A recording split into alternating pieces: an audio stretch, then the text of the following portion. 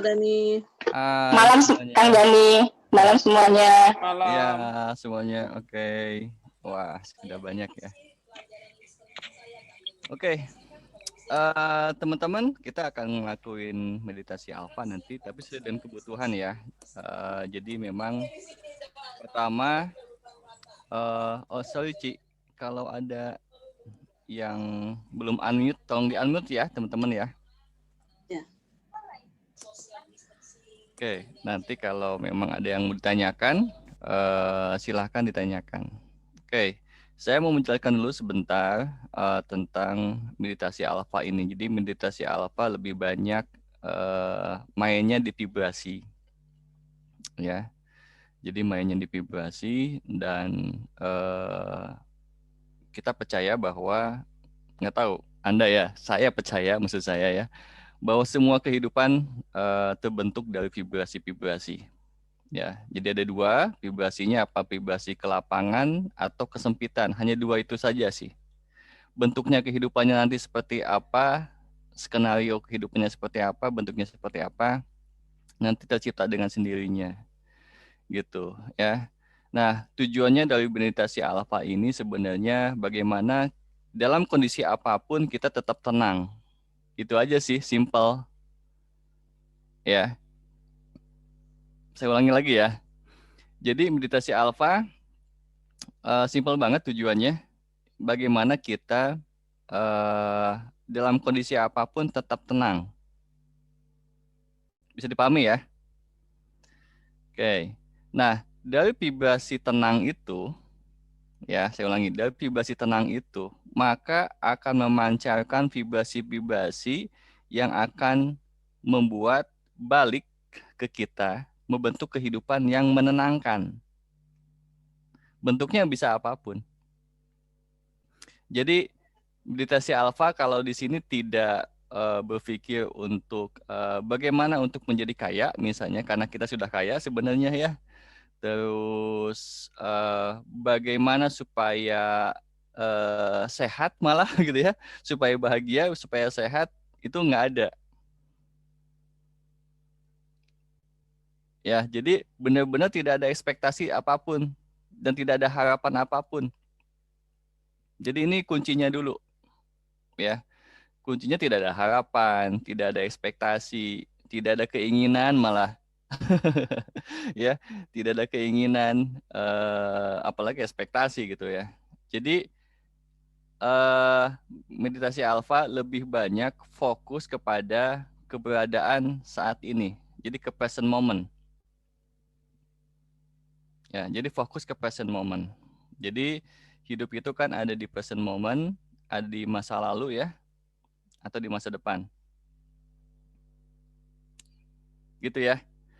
Nah, masa lalu itu sebagai memori dan masa depan sebagai ekspektasi. Ya. Jadi hidup saat ini, yang sebenarnya hidup adalah saat ini kan. Yang Anda bisa rasakan nafasnya, gitu ya. Rasakan nafasnya, keberadaan Anda saat ini, apapun kan pada saat ini. Ketika Anda muncul khawatir, ya, Anda muncul cemas dan mungkin marah, berarti Anda ada pada saat apa? Saat di mana? Bisa di masa lalu atau di masa depan. Ya, jadi ketika Anda saat ini sekarang berada, ketika Anda muncul kekhawatiran, Anda muncul kecemasan, ketakutan, atau kemarahan, atau kesedihan, cek, Anda atensinya sedang kemana? Sedang ada di mana? Sedang ada di pikiran di masa depan atau di masa lalu? Ya, padahal hidup saat ini adalah hidup saat ini ya, hidup ini saat ini gitu. Bisa dipahami ya? Nah, selama ini kita lupa gitu. Selama ini kita lupa keberadaan kita saat ini, tapi lebih besar dominannya ada di masa lalu atau di masa depan. Nggak itu? Coba dicek dulu ya, dicek dulu emosinya, ya. Atau sebelum saya mulai, mungkin untuk pertemuan kali ini saya awali dulu ya dengan beberapa penjelasan karena ini akan rutin dan sebenarnya latar belakangnya adalah karena banyak yang minta bantuan untuk distance healing gitu kan dan nggak bisa semuanya saya tangani karena keterbatasan waktu ya. Jadi saya ngadain ini buat supaya langsung semuanya dan teman-teman juga saling berkontribusi untuk sama-sama membantu saling healing gitu ya. Healing di sini sebenarnya lebih mengempowering, menguatkan ya. Jadi fokusnya adalah bukan ke sakit ya. Fokusnya bukan ke sakit. Fokusnya bukan ketidakberdayaan. Jadi fokusnya adalah bagaimana kita, vibrasi kita, getarannya diperluas, dipertinggi. Fokusnya ke sana aja. Ya, jadi kalau misalnya kita paham bahwa kita, oh ya ada sakit nih misalnya, fokusnya nggak usah ke sana. Karena sakit itu hanya efek saja. Ya, sakit itu hanya efek. Jadi jangan fokus ke sakit. Sakit itu karena getaran-getaran vibrasi kita itu rendah. Termasuk sakit tanda kutip dalam kehidupan. Misalnya masalah kehidupan di hal yang lain ya. Sakit tanda kutip ya di hal yang lain. Kurang sejahtera misalnya, bisa kesehatannya, bisa finansialnya, bisa relationship-nya dan lain sebagainya.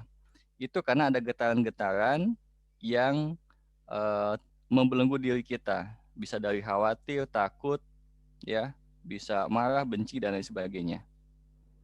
Ya, jadi basicnya itu dulu. Jadi fokusnya adalah bagaimana kita terus-menerus menggetarkan vibrasi kita. Nah, ada sesuatu nanti yang akan saya kenalkan, vibrasi alfa. Ya, vibrasi itu vibrasi yang sangat menenangkan. Saya namain aja alfa gitu ya. Boleh bebas Anda namain masing-masing juga boleh. Ya. Nah, nanti akan saya sharingkan bagaimana sharingnya. Saya akan memvibrasikannya meskipun lewat Zoom. Saya akan memvibrasikannya lewat Zoom, ya, lewat frekuensi sinyal-sinyal di udara dan nyampe ke Anda. Dan itu Anda dan saya itu seperti dekat aja sebenarnya ya, tidak ada jarak dan waktu kalau memang hubungannya dengan energi. Oke.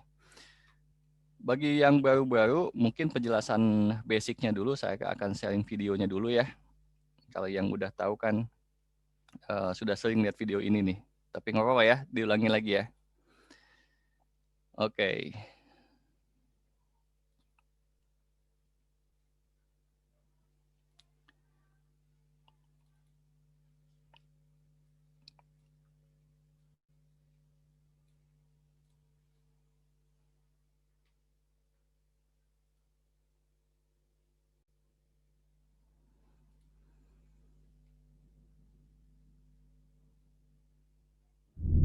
Everything in the universe is made up of atoms, and atoms are energy. Everything is energy. You are also energy. You are an energy being. Did you know that you think approximately 60 to 70,000 thoughts every single day? Did you know that this thought process generates more electrical impulses in one day than all the cell phones in the world combined? The brain produces electrical fields, and so does the heart. The heart produces 60 to 100 times stronger fields than those of the brain. Both the brain and the heart also produce magnetic fields. The heart creates magnetic fields up to 5,000 times stronger than those of the brain. You are therefore a powerful electrical and magnetic being, creating energy fields around you. These fields influence everything around you. On a subtle and unconscious level, an exchange of energy is constantly going on between you, the environment around you, and the people in it. You live in a sea of energy, and your navigation tools are your thoughts and feelings. You're like a sailing boat, where the boat is your body, your thoughts are the mast, the sail, and the steering wheel, and your feelings are like the wind. They all need to play together for you to reach your destination. When thoughts and feelings work together, anything is possible. When the conscious and unconscious mind unite in a coherent energy signal to your surroundings, you will reach your goal. You can succeed with whatever you want. The recipe for success is not hard work combined with a bit of luck and coincidence, as many people like to think. The recipe is all about your energy, frequency, and vibration. The universe is run by certain universal laws. They are as real as the laws of physics. Knowing these laws is knowing the rules to the game we call life.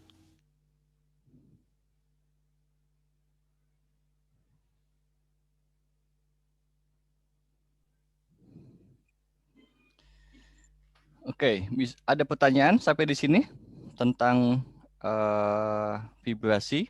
Jadi kehidupan kita kebentuk, apapun ya kehidupan kita, kebentuknya dari vibrasi, dari kebanyakan dari pikiran dan perasaan. Ya, jadi catat ya, kebanyakan dari pikiran dan perasaan. Gitu. Nah, supaya kita bisa benar-benar tenang, ada satu saat, ya, ada satu momen kita perlu seperti kalibrasi. Ya, jadi gambarannya kita main nih di kehidupan.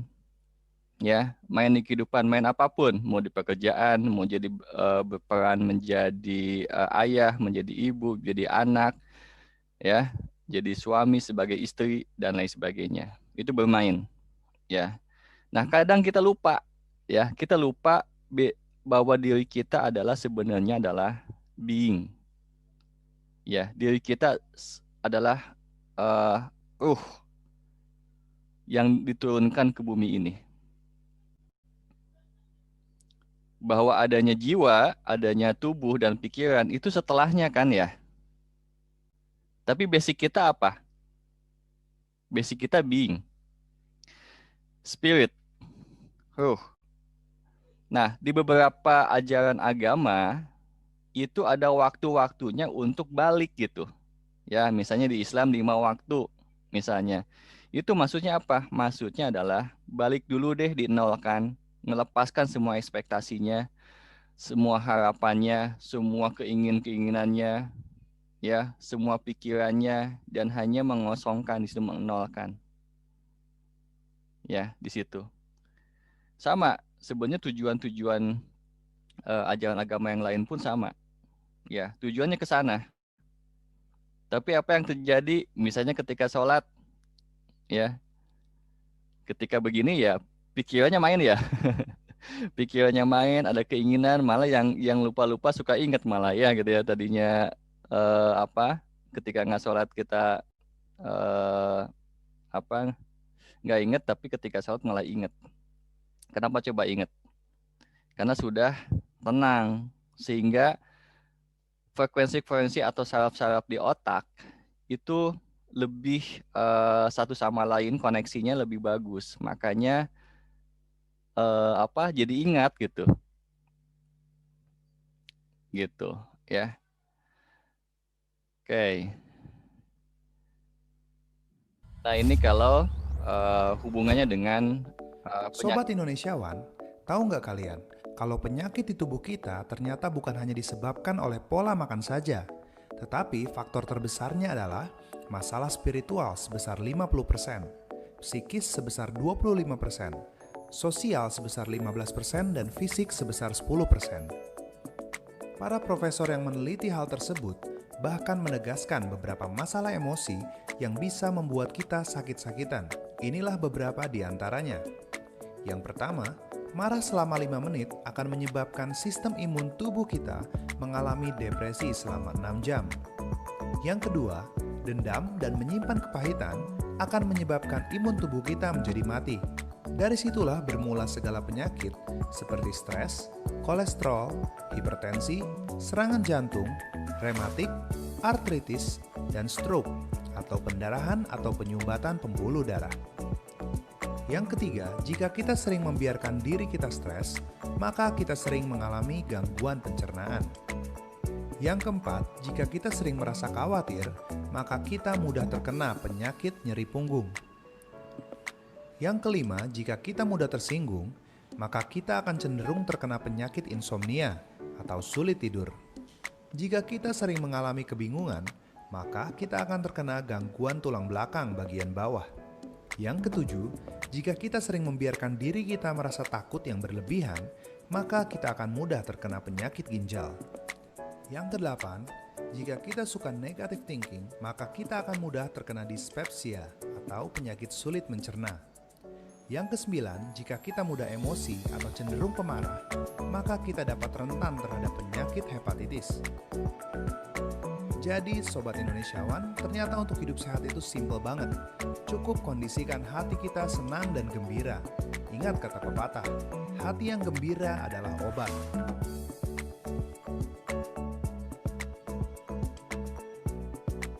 Oke, jadi itu ya teman-teman. Jadi bahwa ada hubungannya emosi ya dalam seharian kita dengan tubuh kita itu sangat berkaitan. Jadi memang tidak bisa terpisahkan bahwa kita tuh bagian dari tiga ya, ruh, jiwa, dan tubuh ya.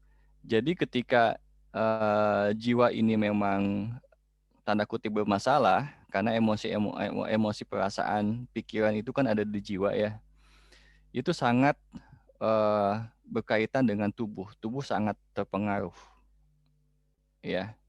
Jadi jika teman-teman di sini ada beberapa yang ada apa ya kurang sehat gitu ya, di situ nah ini nanti ada sesinya buat melepaskan emosi-emosi atau pikiran-pikiran yang membuat tubuhnya itu stres ya. Sedang stres sendiri sih tidak bukan tidak baik ya. Tiap hari mungkin kita ada stresnya, tapi batas maksimumnya itu berlebihan. Gitu, sehingga organ tubuh dan lain sebagainya itu menjadi benar-benar tidak stabil ya, dan malah bisa jadi rusak gitu ya.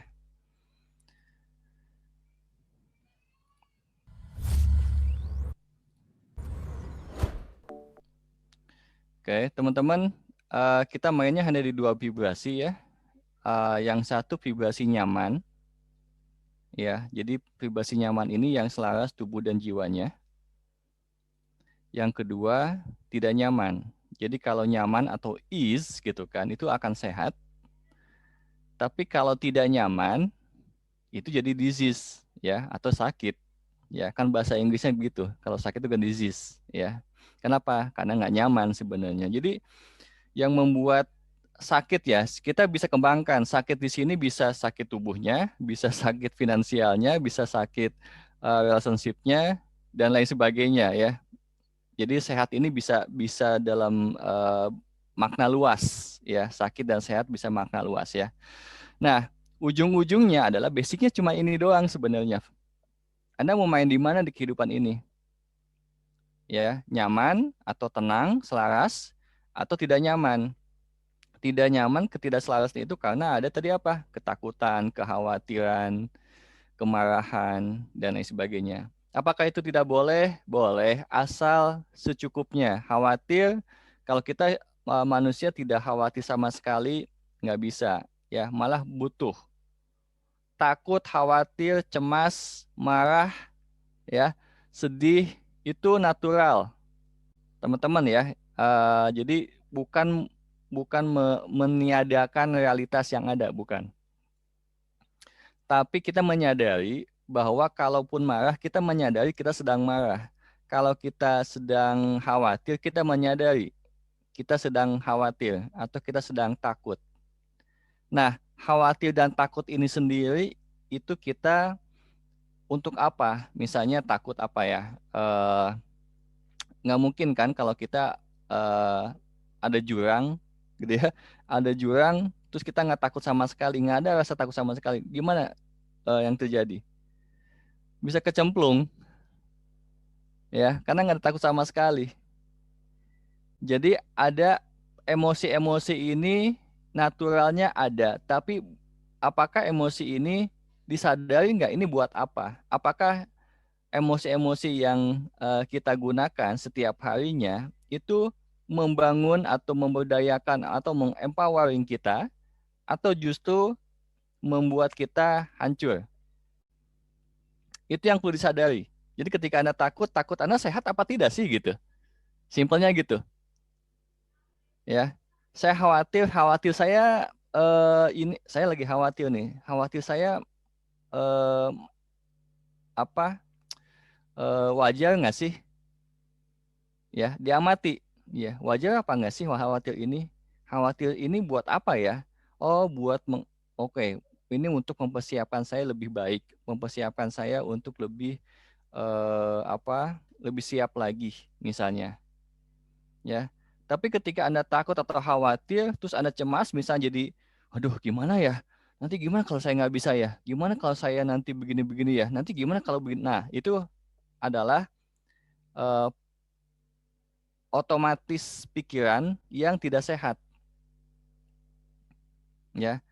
Tapi kalau kita mempunyai otomatis pikiran ketika takut nih atau kita khawatir, terus kita punya otomatis pikiran yang membuat kita lebih berdaya. Yang tadi misalnya ketika Anda takut, takutnya itu sehat apa tidak, wajar apa tidak, takut saya itu buat apa ya, buat membuat saya lebih baik atau tidak,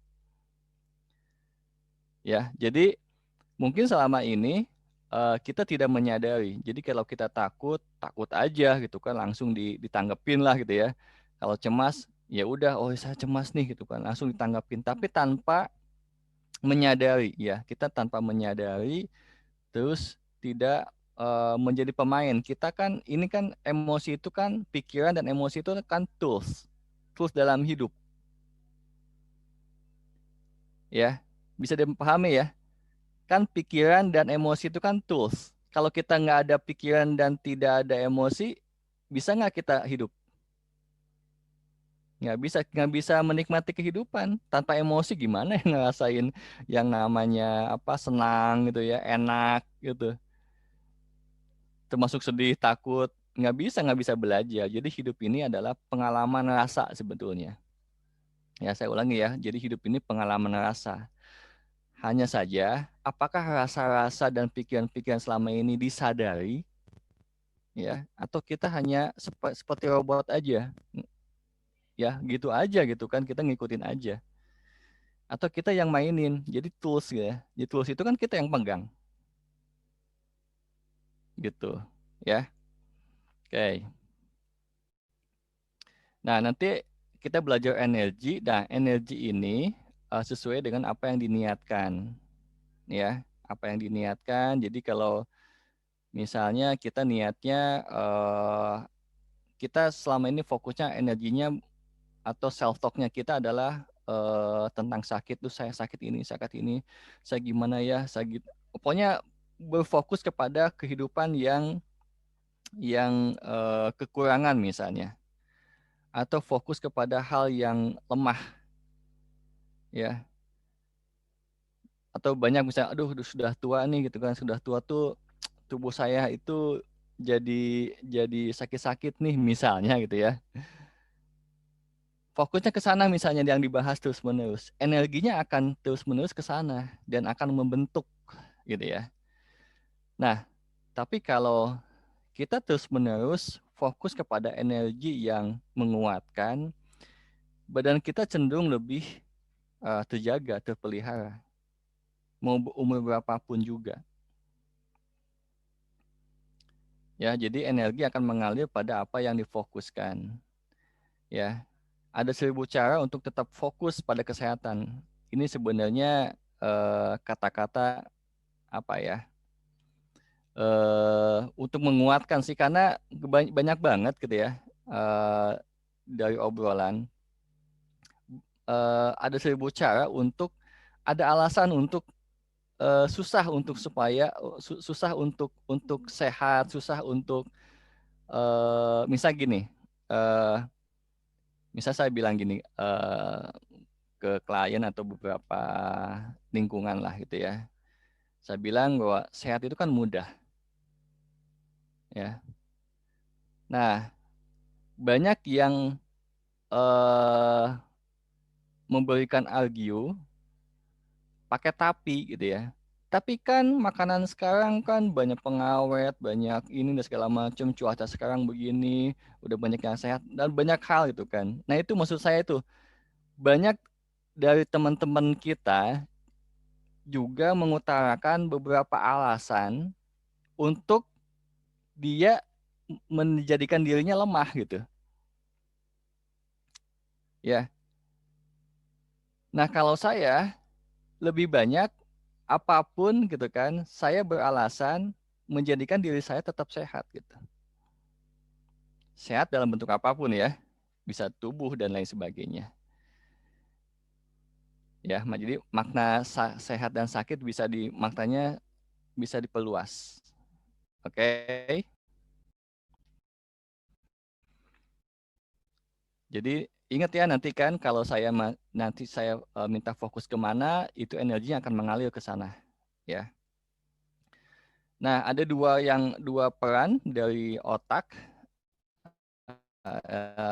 limbik sama prefrontal cortex. Kalau limbik itu adalah pusat emosi, kalau prefrontal cortex adalah bisa mengamati emosi. Jadi yang bisa mengamati emosi yaitu PFC ya, prefrontal cortex. Karena limbic brain itu adalah pusat emosinya. Ini hanya buat pengetahuan, biar minimal paham dulu ya.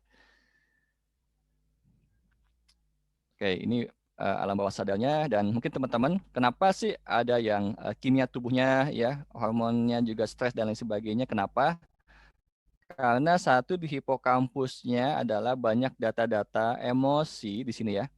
Emosi, pikiran-pikiran yang membuat kita lemah.